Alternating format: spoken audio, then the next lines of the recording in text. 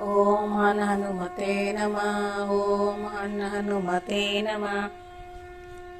कवन सुख आज कठिन जग माही, जो नहीं होए तात तुम पाही। कवन सुख आज कठिन जग माही, जो नहीं होए तात तुम पाही। संकट कटे मिटे सब पीरा, जो सुमिरे हनुमत बलबीरा। श्री हरि की जय, भगवान विष्णु की जय। बोलिए राजा रामचंद्र भगवान की जय। बाल वीर बली बजरंगी की जय। राम राम दोस्तों, आज मैं आपके लिए लेकर आई हूँ हनुमान जयंती की कथा, उसका महत्व और पूजा विधि। अगर आपको इसकी पूरी जानकारी चाहिए और कथा का पूरा फल प्राप्त करना है तो इस वीडियो के अंत तक बने रहें और पूरी कथा सुने। दोस्तों, हनुमान जी को बुराई पर विजय पाने और सुरक्षा प्रदान की क्षमता वाले देवता के रूप में जाना जाता है। इस त्योहार पर हनुमान जी के भक्त उन्हें मनाते हैं और उनकी सुरक्षा और आशीर्वाद मांगते हैं। वे उनकी पूजा करने और धार्मिक प्रसाद चढ़ाने के लिए मंदिरों में शामिल होते हैं। धार्मिक कथा के अनुसार हनुमान जी भगवान शिव के 11वें रुद्र अवतार हैं। उनके जन्म को लेकर कहा जाता है कि जब विष्णु जी ने धर्म की स्थापना के लिए इस धरती पर प्रभु श्री राम के रूप में जन्म लिया, तब भगवान शिव ने उनकी मदद के लिए हनुमान जी के रूप में अवतार लिया था। तो आइए वीडियो की शुरुआत करते हैं। दोस्तों, हम कहते हैं कि कलयुग में एक ही देवता जीवित है, वो है हनुमान जी। चैत्र शुक्ल पक्ष की नवमी पर राम जन्मे, पूर्णिमा पर हनुमान। भगवान हनुमान से जो सीखना चाहिए वो है निर्भय रहने की कला। हनुमान जी विश्वास के देवता हैं।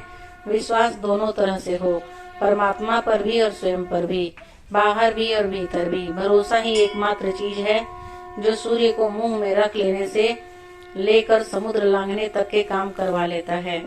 दोस्तों, हनुमान जी के प्रतिमा को चोला चढ़ाते हैं। हनुमान जी की कृपा प्राप्त करने के लिए मंगलवार तथा शनिवार शनि महाराज की 7.5 अढ़ैया दशा अंतरदशा के कष्ट को कम करने के लिए शनिवार को भी चोला चढ़ाया जाता है। हनुमान जी का जन्मोत्सव हर वर्ष चैत्र शुक्ल पूर्णिमा के दिन मनाया जाता है। उनकी कृपा से व्यक्ति को सभी प्रकार के समस्याओं से छुटकारा मिल जाता है। अभिजीत मुहूर्त में पूजा करने से विशेष फल की प्राप्ति होती है। साथ ही हनुमान जी के अपने भक्तों की सभी मनोकामनाएं भी पूरी करते हैं। इसलिए देश भर में हनुमान जी का जन्मोत्सव धूमधाम से मनाया जाता है। हनुमान जयंती के दिन सबसे पहले मंदिर में घी का दीप जलाएं। हनुमान जी को गंगाजल से अभिषेक करें। अभिषेक करने के बाद एक साफ वस्त्र में हनुमान जी की प्रतिमा को पोंछें। सिंदूर में घी या चमेली का तेल मिलाएं। हनुमान जी को चोला चढ़ाएं। सबसे पहले हनुमान जी के बाएं पैर पर चोला चढ़ाएं। चोला चढ़ाने के बाद चांदी या सोने का वर्क भी चढ़ाएं। हनुमान जी को जनेऊ पहनाएं। जनेऊ पहनाने के बाद हनुमान जी को नए वस्त्र अर्पित करें। चोला चढ़ाने के बाद हनुमान जी को भोग लगाएं और हनुमान जी की आरती करें। आप हनुमान चालीसा का पाठ भी कर सकते हैं। सभी संकटों से उबारने और सुख सौभाग्य की वर्षा करने वाले हनुमान जी की कृपा पाने के लिए हनुमान जयंती पर पूरे विधि विधान से व्रत और पूजन करना चाहिए। बजरंगी के नाम का व्रत रखने के लिए साधक को इस दिन सूर्योदय से पहले उठकर स्नान ध्यान करने के बाद उगते हुए सूर्य देवता को अर्घ देना चाहिए। इसके बाद हाथ में थोड़ा सा जल लेकर हनुमान जी के व्रत को विधि विधान से करने का संकल्प करना चाहिए। इसके बाद किसी हनुमान मंदिर में जाकर या फिर अपने घर में ही हनुमान जी के चित्र के सामने लाल रंग के आसन पर बैठकर उनकी विधि विधान से पूजा करना चाहिए। हनुमान जयंती के दिन बजरंगी की पूजा में लाल रंग के पुष्प और फल चढ़ाएं। हनुमान जी को गुड़ और चना का भोग लगाने के बाद मीठा पान चढ़ाएं और उसके बाद पूरी श्रद्धा और विश्वास के साथ सुंदरकांड का पाठ करें। हनुमान जी के व्रत के दिन में एक बार प्रसाद ग्रहण करें और ब्रह्मचर्य का पूरी तरह से पालन करें। दोस्तों, हिंदू धर्म में पवन सूत्र हनुमान जी को एक ऐसे देवता हैं जो श्रद्धा और विश्वास के साथ व्रत पूजन और सुमिरन करने पर शीघ्र ही प्रसन्न होते हैं। महावीर हनुमान अपने भक्तों को परेशानियां दूर करने के लिए एक आवाज में दौड़े चले आते हैं।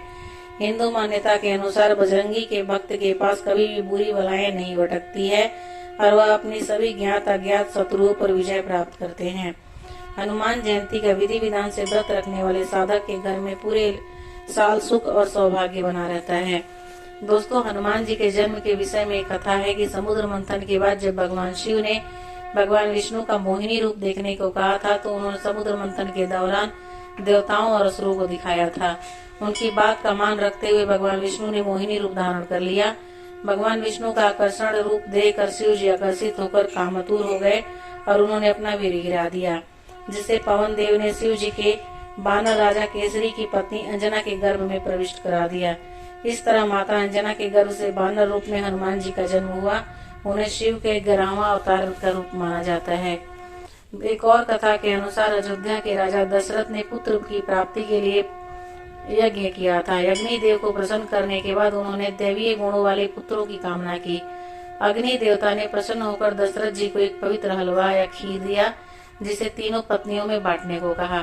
राजा ने बड़ी रानी तक हलवा को पतंग से पहुंचाया। वहीं बीच में कहीं माता अंजना प्रार्थना कर रही थी। हवन की कटोरी में वह हलवा जा गिरा। माता अंजना ने उसे हलवे को ग्रहण कर लिया। उसे खाने के बाद उन्हें लगा कि जैसे गर्भ में भगवान शिव का वास हो गया हो। उसके पश्चात उन्होंने हनुमान जी को जन्म दिया। एक और कथा के अनुसार सूर्य के वर से सुवर्ण के बने हुए सुमेरु में केसरी का राज्य था। उसकी अति सुंदरी अंजना नामक स्त्री थी। एक बार अंजना ने शुचि स्नान करके सुंदर वस्त्र और आभूषण धारण किए। उस समय पवन देव ने उसके कान के छिद्र में प्रवेश किया और आते समय आश्वासन दिया कि तेरे यहाँ सूर्य, अग्नि व स्वर्ण के समान तेजस्वी वेद वेदांगों का ज्ञाता विश्व में सबसे महाबली पुत्र होगा। और ऐसा ही हुआ। कार्तिक कृष्ण चतुर्दशी को अंजना ने हनुमान जी को जन्म दिया। कुछ समय बाद सूर्योदय होते ही बालक को भूख लगी। माता फल लाने गई थी कि इधर लाल वर्ण के सूर्य को फल मानकर हनुमान जी उसको लेने के लिए आकाश में उछल गए। उस दिन अमावस्या होने से सूर्य को ग्रसने के लिए राहु भी आया था, पर हनुमान जी को दूसरे राहु मानकर वो वहां से भाग गया। तब इंद्र भगवान ने हनुमान जी पर वज्र से प्रहार किया, जिससे हनुमान जी मूर्छित हो गए। इंद्र की उस उदंडता का दंड देने के लिए पवन देव ने पृथ्वी लोक को वायु का संचार रोक दिया। तब इंद्र देव ने अपने किए की माफी मांगी और भगवान शिव ने हनुमान जी को ठीक किया, जिसके बाद पवन देव मान गए और पृथ्वी पर वायु का संचार पुनः सुचारू रूप से संचालित किया। तब ब्रह्मा आदि सभी देवताओं ने हनुमान जी को वर दिए।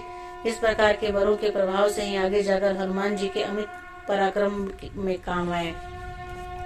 एक और कथा के अनुसार माता अंजना ने अपने बचपन में एक बंदर को पैरों पर खड़े होकर ध्यान लगाते देखा, तो उसने उस बंदर को फल फेंक कर मार दिया। वह बंदर एक ऋषि में बदल गया और उनकी तपस्या भंग होने पर वह क्रोधित हो गया। उसने अंजना को शाप दिया कि जिस दिन उसे किसी से प्रेम हो जाएगा उसी क्षण वह बंदरिया बन जाएगी। कुछ समय बाद अंजना जंगलों में रहने लगी।